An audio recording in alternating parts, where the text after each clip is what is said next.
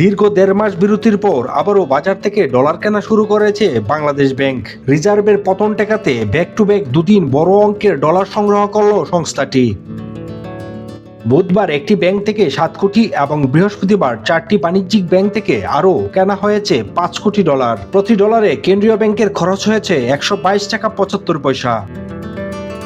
এই ডলার ক্রয়ের ফলে দেশের বৈদেশিক মুদ্রার গ্রস রিজার্ভ বেড়ে দাঁড়িয়েছে 35.03 বিলিয়ন ডলারে। আর আইএমএফ এর বিপিএম 6 অনুযায়ী বর্তমানে রিজার্ভ 30.37 বিলিয়ন ডলার।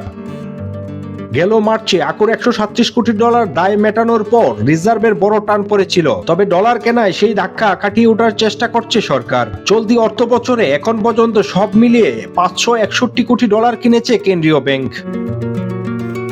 ডলার সংকটের মাঝে বড় স্বস্তি দিচ্ছে প্রবাসী আয়। এপ্রিলের প্রথম 14 দিনে দেশে এসেছে 161 কোটি ডলারের রেমিটেন্স, যা গত বছরের একই সময়ের তুলনায় প্রায় 26% বেশি।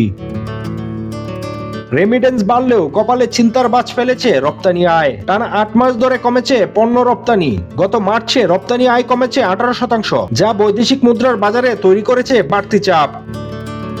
মধ্যপ্রাচ্যের ভূরাজনৈতিক উত্তেজনায় বিশ্ববাজারে বেড়েছে জ্বালানি তেলের দাম, ফলে আমদানিতে সরকারের ব্যয় বাড়ছে হু হু করে। রিজার্ভ ধরে রাখতে তাই বাজার থেকে ডলার কেনার পাশাপাশি আন্তর্জাতিক দাতা সংস্থাগুলোর ঋণের দিকেই চেয়ে আছে সরকার।